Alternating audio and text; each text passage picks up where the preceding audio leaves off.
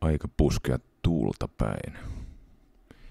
Tässä on nyt tämmönen Seikon 8306 8020. Oliko se nyt vuodelta 67? Suoraan Japanista tuli. Hyvä kuntoinen, kyllä. Käy ja kaikki toimii niin kuin pitää. Ei nyt käy maailman parhaita, mutta huoltoa vailla oli. Oli kyllä, otti vetoa vastaan ja kaikkea. Tämä on siis automaatti plus manuaaliveto. Päiväri liikkuu molempiin suuntiin ja viikonpäivä sitten ihan aikaa siirtämällä. Business A, jonkinlainen brändäys siisteille bisneshenkilöille, 30 kiveä, jotka on kyllä kaikki aivan toiminnallisia kiviä, ei ole koristekiviä. Et sinänsä vähän tämmöinen ylemmän pään koneisto, ylemmän laatuluokan. Ei ole ihan niitä halvimpia paskoja. Tai ei mitään paskoja ole. Kaikki Seikothan on täydellisiä, parhaita. Siitä ranneke irti. Ja ranneke on ihan laadukas, että siinä on noin sivupalat on kiinteät. Tietenkin on noin taivutetut päätylinkit.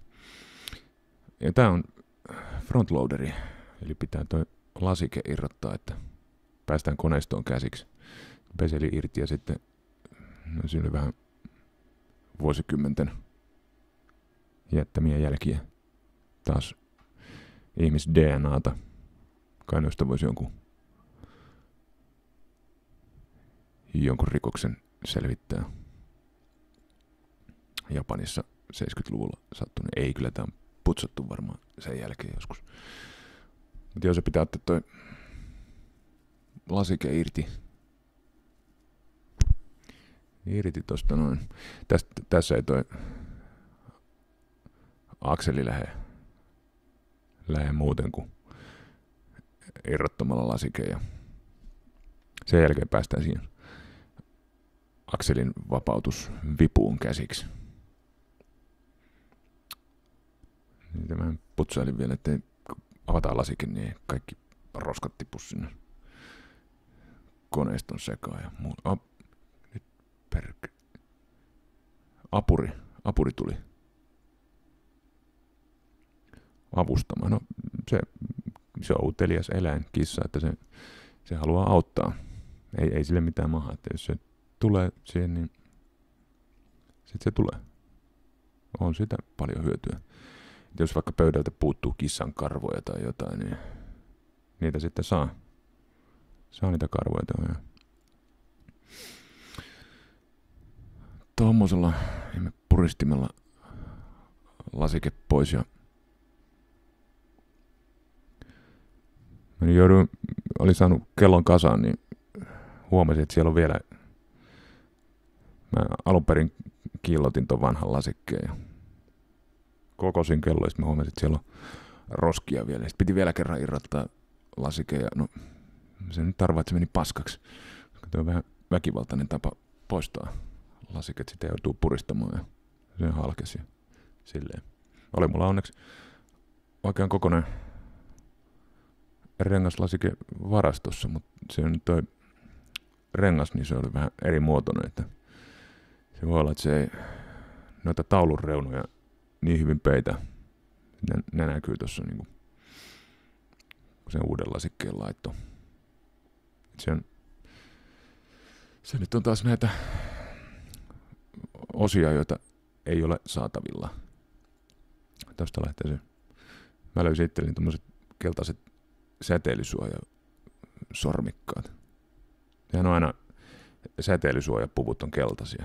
Ne blokkaa säteilyn täydellisesti.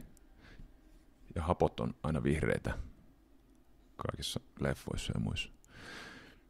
Ja toi koneisto pysyy tuolla ihme renkaalla kiinni. Se on vähän niin kuin sokkana siinä. Että ei lähde liikkumaan. Sinänsä ihan hyvän oloinen systeemi. Nämä osoittimet oli niin tiukassa, että tarvittiin enemmän voimaa, mitä multa oikeasti löytyy sitten.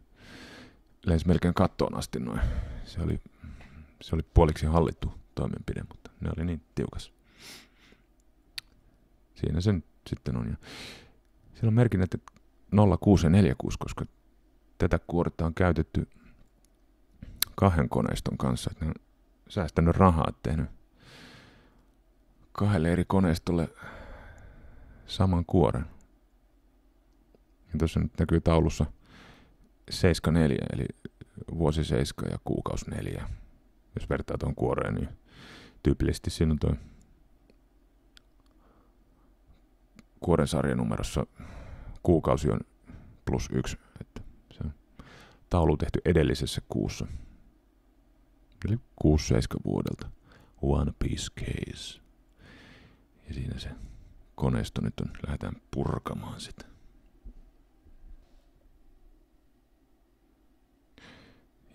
Joo. Siitä liipottimesta Diasok jousi pois ja sitten toi kivi Chaton veke ja liipotin turvaan siitä ja lähdetään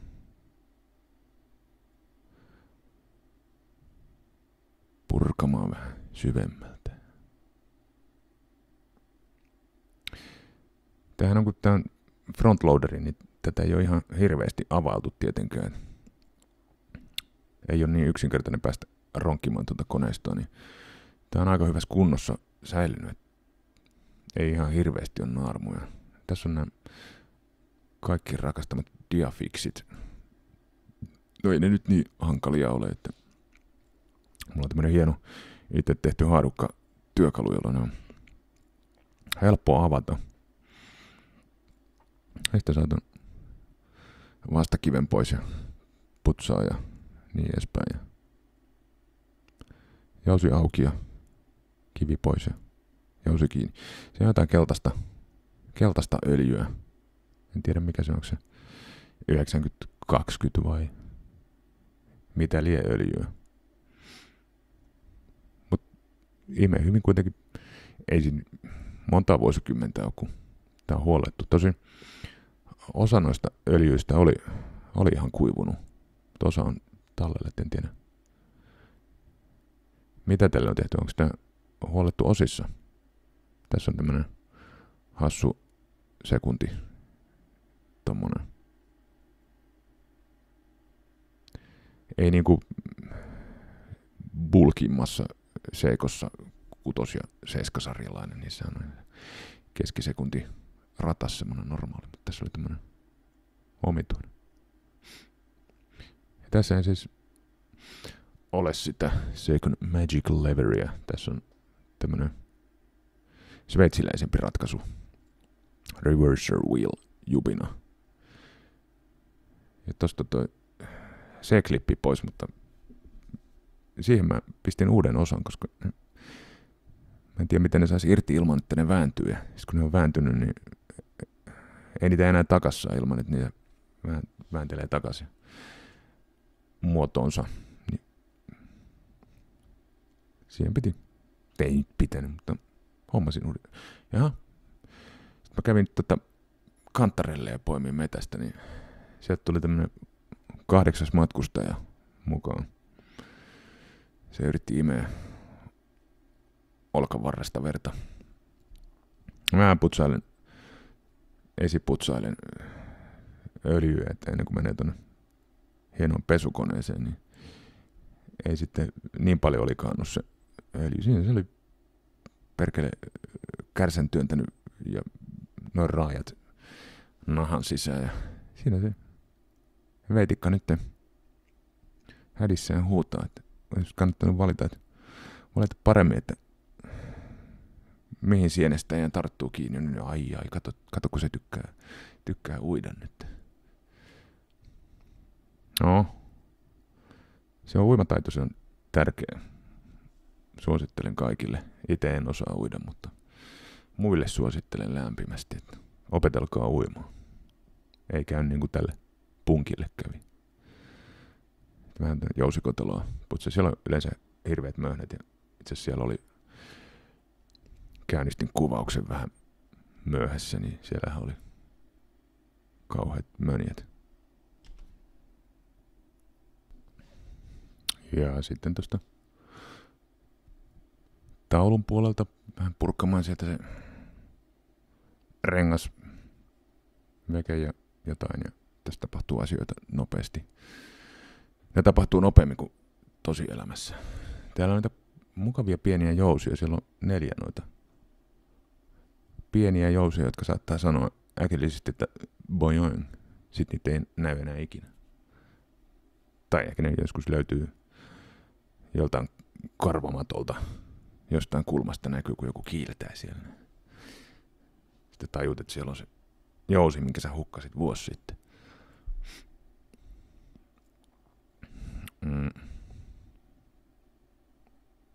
Tää on sikäli kiva, että täällä ei ole muoviosia, niin kuin jossain myöhemmissä, monessakin seikossa.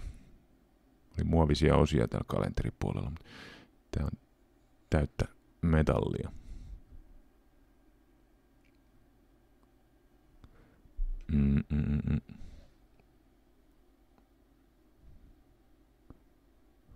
Myydään mainostilaa. Ehkä mä soitan tähän väliin jonkun biisin pätkän, jos mä jaksan. Tai myyn mainostilaa. Joo, jousien kanssa pitää olla tarkkana, ettei ne sano dojoin. Varsinkin siinä vaiheessa, kun niitä lähtee asettamaan. Se on se vaarallisempi osio. Keyless works. Avaimettomat duunit.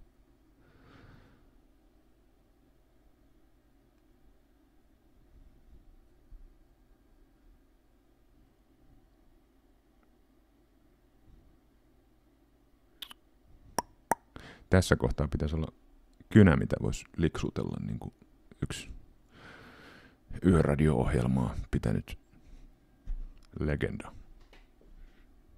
Ei mulla ole kynää, mulla ei ole varaa kynään, koska mä oon käyttänyt kaikki rahat näihin työkaluihin ja mikroskooppiin ja kaikkeen semmoiseen. Kissanruokaa.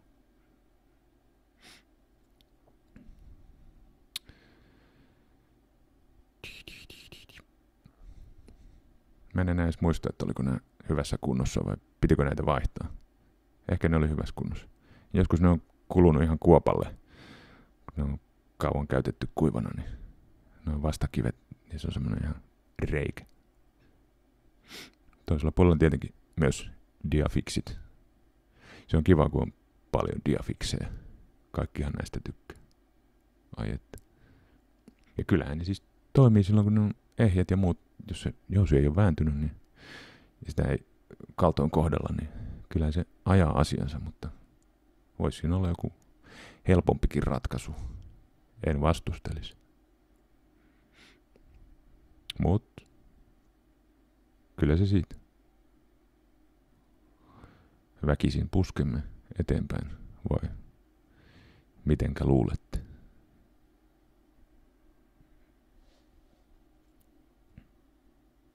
No niin, kiinni nyt. Naps.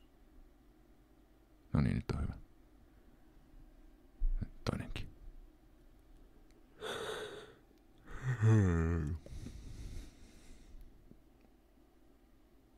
Onpa pitkäveteistä.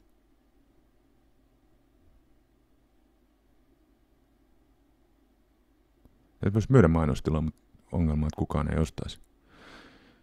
Sitten kun te on putsattu toi kaikki osat, niin sitten öljytään diafiksi. Laitetaan sinne kivet takas kiinni ja öljyä tonne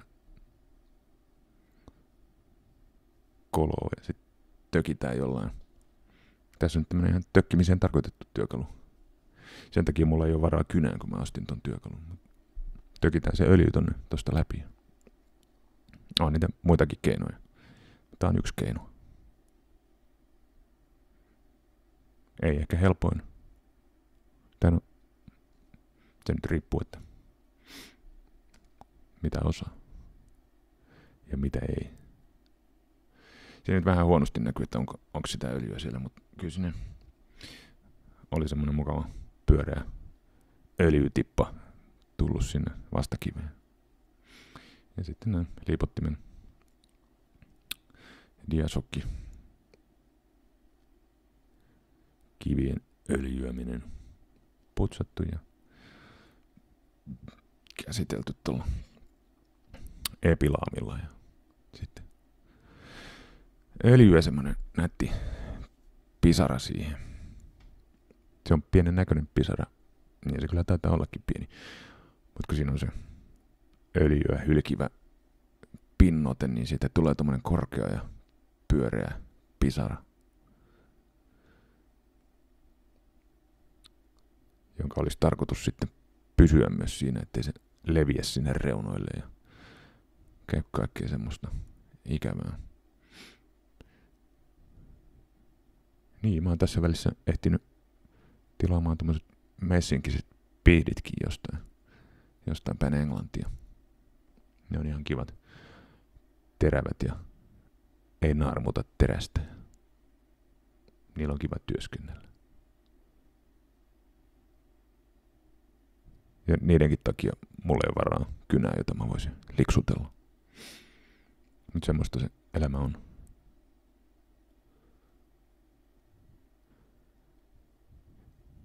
Tää diasokjousi, niin joku näitäkin vihaa, mutta en mä tiedä. Ja hyvä systeemi se mun mielestä on. En mä mistään mitään tiedä, mutta siitä on pitkä aika, kun mä oon tämmöisen joskus hukannut viimeksi. Tajusin, että tossa kannattaa käyttää 2 työkalua yhtä aikaa. Ei lentele sitten minnekään jääkaapin alle tai matolle tai kissan korvaan tai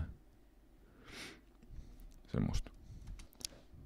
Ja sitten vähän öljyä koneeseen. Kaikki on putsattu ja kiiltää nätisti ja missään ei ole yhtään roskaa tai kissan karvaa. Ei tietenkään.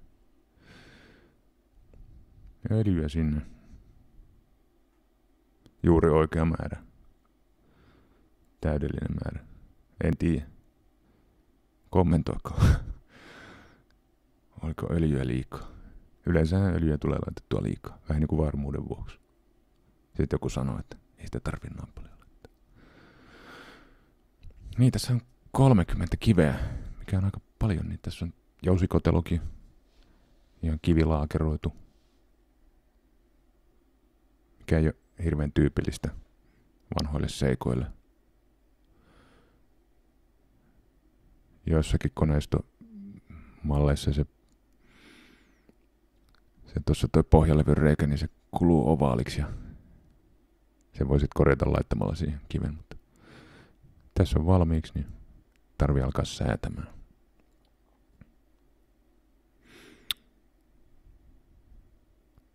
Öljytään sieltä vielä akselikin vielä.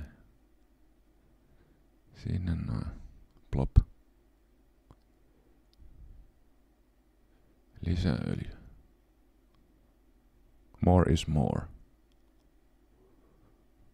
Otetaan ylimääräiset öljyt pois.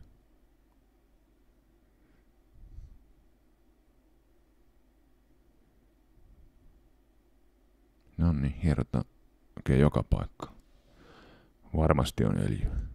Nyt on hieno, joo. Ja siihen tommonen silta päälle.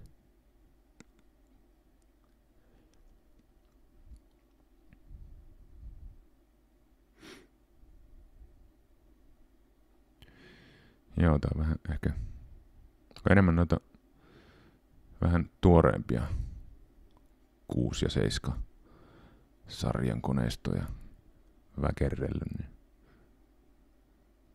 ei nyt ihan ulkomuistista aina kaikkea muista, että mikä nyt minnekin meni, mutta sen takia kannattaakin kuvata, kun purkaa, niin kuvaa videon tai ottaa paljon kuvia, niin niistä voisit luntata, että minne mikäkin meni. Onneksi tässä nyt ei ihan mahdottoman paljon erikokoisia ruuveja ollut, mutta Ihan looginen sinänsä. Öljyä kansalle ja sitten toi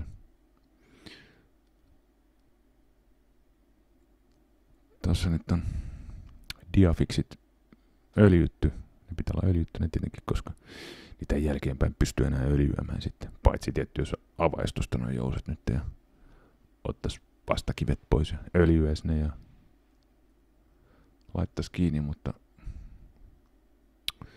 se on aika riskaabelia hommaa. Siinä öljyt leviäisi pitkin pihoja helposti, jos ote vähän lipeä. No, siellä rattaat pyörii ja akselit tapit on oikeassa reissä. Voi vääntää ruuvit kiinni, siellä on joku roska. Siellä oli varmaan jossain aikaisemminkin joku roska, mikä sinne jäi, mutta tai sitten se oli naarmu jossain siellä pohjalevyssä, mutta sitten siinä oli. Sitten laitetaan öljyä ihan joka paikkaan, kaikki mihin keksitään. Laitetaan oikein niinku kauhalla öljyä, varmasti riittää. Kaikki paikat täyteen. Silleen, että kun kello on sit koottu, niin ravistaa, niin sieltä tippuu öljyä. Sitten sitä on tarpeeksi.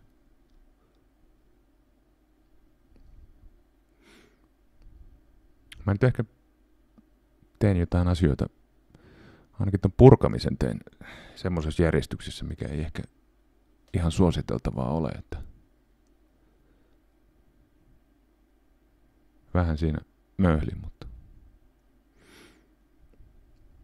möhliä saa, kunhan siitä oppii. Ei nyt mitään vahinkoa tullut, mutta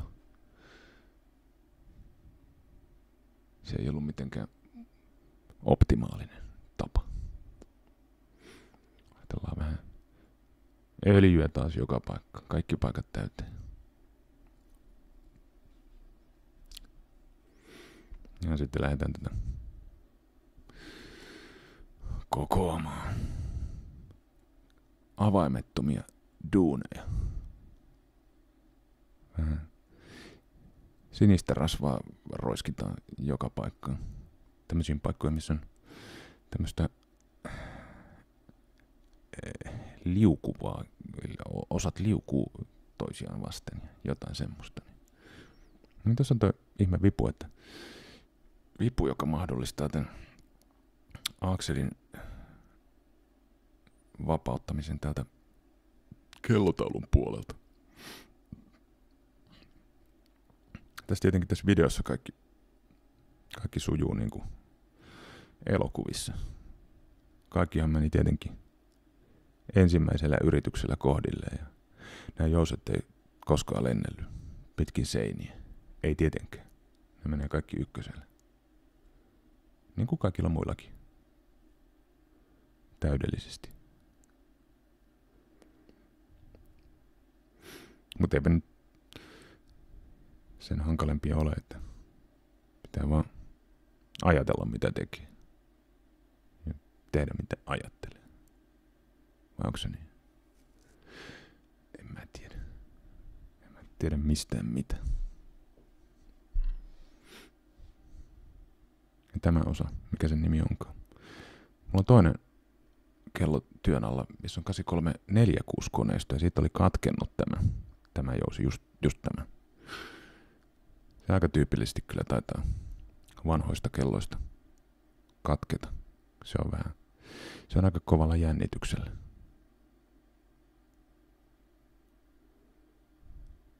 Lisse rasvaa, öljyä, mitä liian. Kun rasvaahan se oli. Ja sitten ylimääräiset pois. Ei tuu sanomista. Se olisi paha.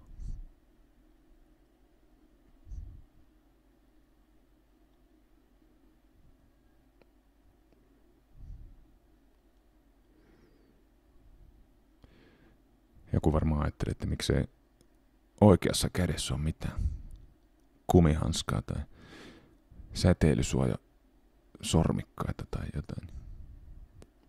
Mä koitan olla koskematta oikealla kädellä koneistoon. Yleensä se onnistuu. Välillä ehkä tulee hipastua. Ehkä pitäisi käyttää siinä jotain suojia. Ja sitten ankkuri sinne paikalleen ja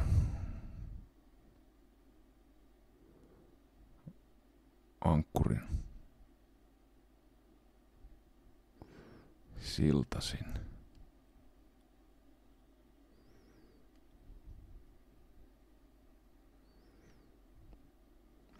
Pitää olla tarkkana, että ei lätkäse sitä tuohon paikalleen, vaan vähän ruuveja kiinni. Niin kuin joskus ihan alussa aloittelin tätä harrastelua, niin joskus saattoi käydä niin, että löin vaan ruuvit kiinni ja sitten ihmettelin, että miksi sitä osaa saa paikalleen. Että tajusin, että siellä on katkennut toi tappi. Että pitää olla tarkkana. Sitten toi toinen lipottimen ylempi kivi.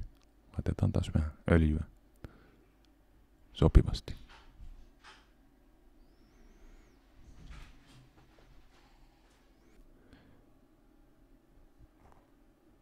Ja sitten siihen toi chaton päälle.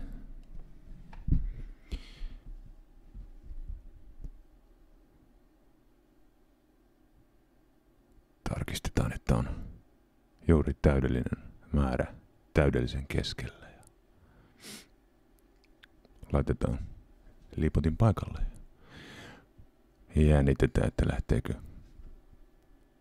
koneisto käyntiin. Se ei ole aina mitenkään itsestään selvää. No ei, kyllä se aina lähtee käyntiin. Totta kai. Jotain siellä tapahtuu.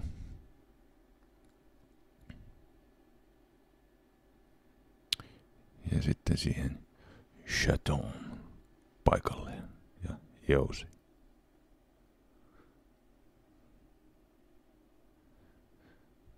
Nythän ei ole vielä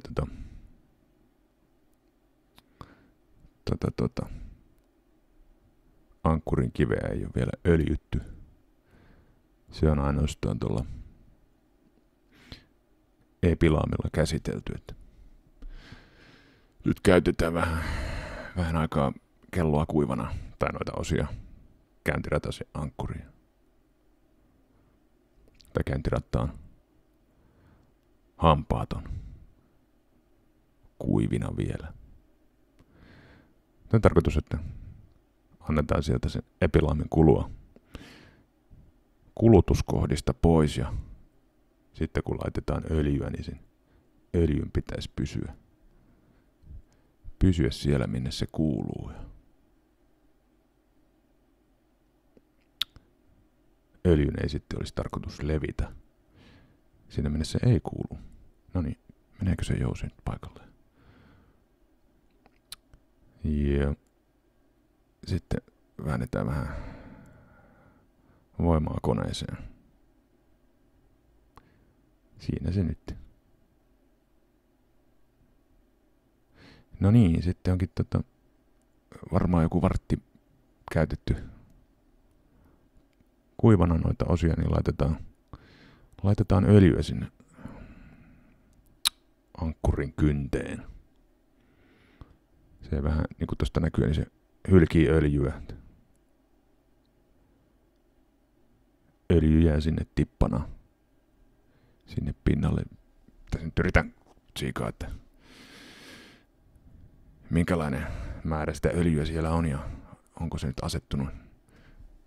Mulla on nyt vielä vanhassa mikroskoopissa oli hieno taustavalo, missä oli hyvä katsoa. Nyt joutuu vähän kikkailemaan, improvisoimaan jonkun taustavalon sinne. Niin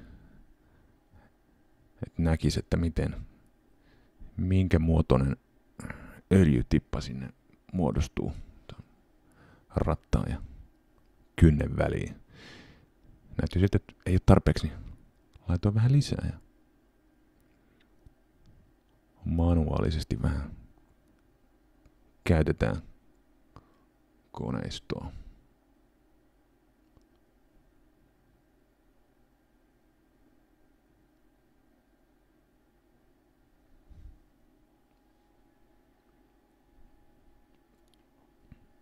Tässä nyt ei valotu tuolta takaa. No niin, nyt näkyykö nyt paremmin? No nyt näkyy vähän paremmin, että on siellä öljyä on. Parempi lisätä tälleen vähän niinku useammassa osassa öljyt, jos siihen pistetään vain joku valtava öljytippa, niin sit se tahtoo tonne levitä ympäriinsä.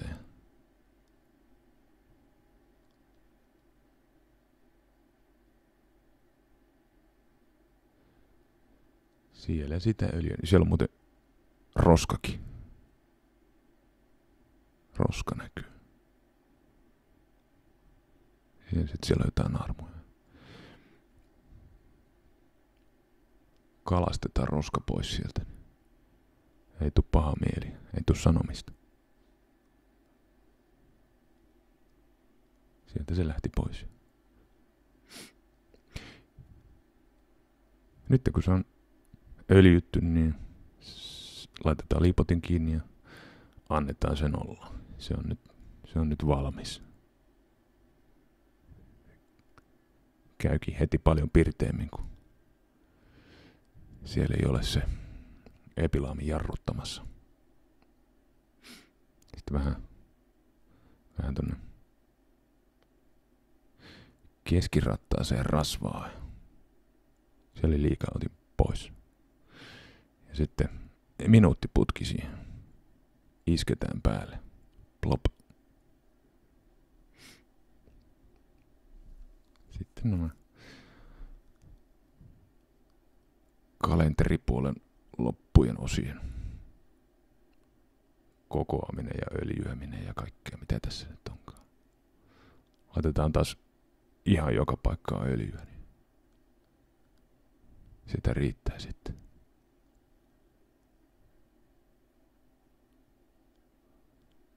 Koitetaan olla laittamatta sinne, minne sitä ei kuulu, mutta sinne, missä sitä ehkä tarvittaisiin, niin laitetaan sinne.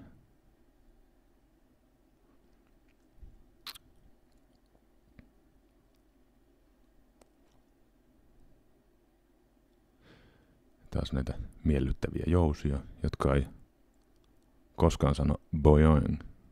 Ne pysyy aina nätisti paikallaan, kun ne asettaa tonne. Aina pysyy siististi. Koskaan katoa.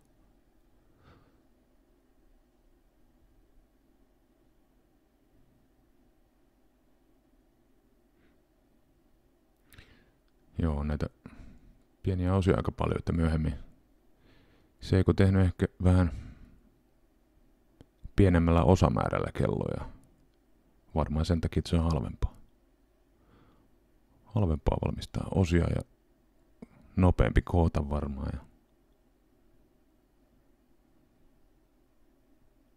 No nykyään niin vissiin aika paljon robotilla hoitaa hommat ja sit sitä öljyä on siellä, missä ei pitäisi olla ja siellä, missä pitäisi olla, niin sitä ei ole. Tai jotain semmoista, en minä tiedä. Tiedä mistään mitään. Siinä oli viimeinen miellyttävä pieni jousi. Sinne laitetaan paikalleen, niin saadaan toi Dayjumperikin sitten toimimaan. Nonni.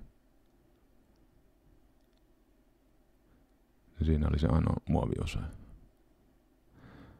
Taulu päälle ja kiinni. Jee.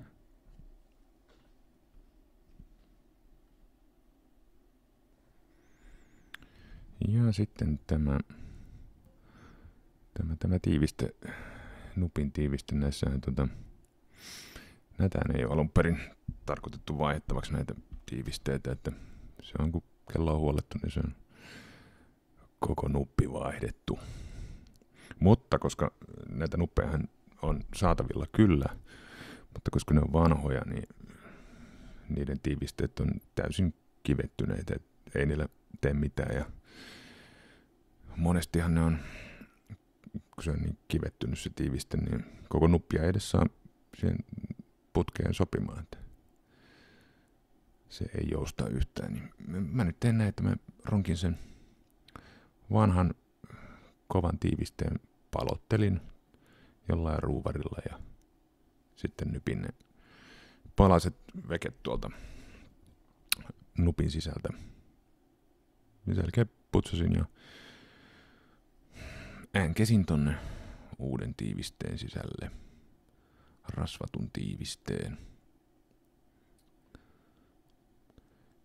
Näitähän pystyy hoitamaan eri tavalla, että niin kuin Willardissa pystyy pakottamaan ton peiterenkaan ulos tunkemalla ton nupin täyteen pienempiä O-renkaita ja puristamalla ja sitten se tulee ulos. Ja tähänkin koitin samaa yhteen varaosa nuppiin, mutta toi on sen verran paljon paksumpi toi levy kuin Willardissa, että sen sai kyllä ulos, mutta ei mitenkään hirveän nätisti. Tai no kyllähän se tuli sieltä pois, mutta se, että miten sen saa takaisin, niin sitä ei saa samalla tavalla helposti muotoiltua kuin Willardissa vaikka, jossa on ohuempi se peitelevy. Ja tuossa vähän mallailin, että kyllä se aika tiukasti sopii useampaa eri O-rengasta koitin semmoiseen avattuun nuppiin. Ja siinä päädyin sitten tohon kokoon, joka luulakseni oli hyvä. Ja ainakin toi kello se on kahvikuppiin tipahtanut. Ei minun toimesta, mutta kellon tämänhetkisen haltijan toimesta. Kahvikuppiin tippuja ei nyt ainakaan hörpännyt löfperiä sisään. Vielä toimii. Ja rannekkeessa oli tämmöistä tosi itsepäistä ruostetta ja mitä liian mähmää. Mä en enää muista, että koitinko mä poistaa sitä ruostenpoistoaineella tai mitä, mutta messinkin harjalla se lähtee hyvin rapsuttelemalla. Ja kun messinkin on terästä pehmeämpää, niin siihen ei tule naarmuja tuohon rannekkeeseen. Se toimi oikein hyvin toi harja.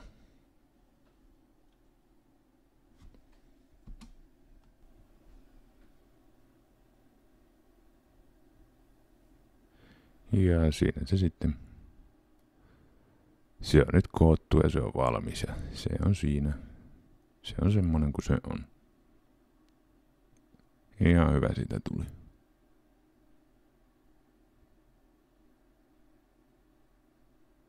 Lasike nyt ei ole alkuperäinen, että se on hyvin samankaltainen, mutta rengas ei vissiin ole ihan yhtä peittävä. Mutta siinähän oli vielä tiiviste vielä siinä kuoren sisällä, mikä siihen renkaan tai lasikkeen ympärille vielä puristui. Että lisää vesitiiveyttä. En tiedä mikä tämä oikea nostokulma oli. Että siitä ei oikein löytynyt tietoa. Mutta käy se ihan puhtaasti vähän aaltoilee ja noin. Säädin vähän näissä taulu ylös alas asennoissa